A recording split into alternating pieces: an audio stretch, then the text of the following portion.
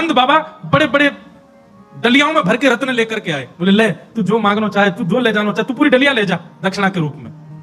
नंद बाबा के चरणन में गिर गई, नेत्र सजल है गए और सजल नेत्रन से बोली, हे बाबा मुझको दक्षिणा, मेरे मन मांगी दक्षिणा दोगे? बोले हाँ देंगे।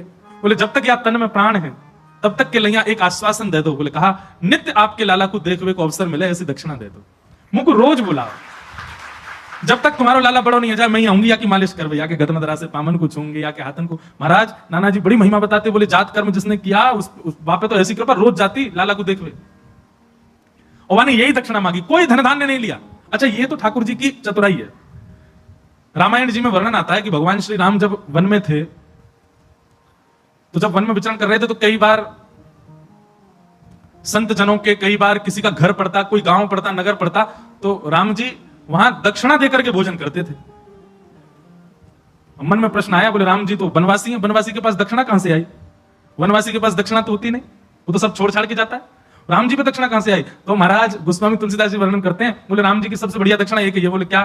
बोले जिससे अन्न लेना होता है, जिसके यहाँ से कुछ मांग करके पाना होता है। वैसे तो सीता मैया रोज बनाती, लक्ष्मण जी लेकर के आते सामग्री, पर कभी संत जनों के किसी के यहाँ से कुछ लेने की इच्छा हो।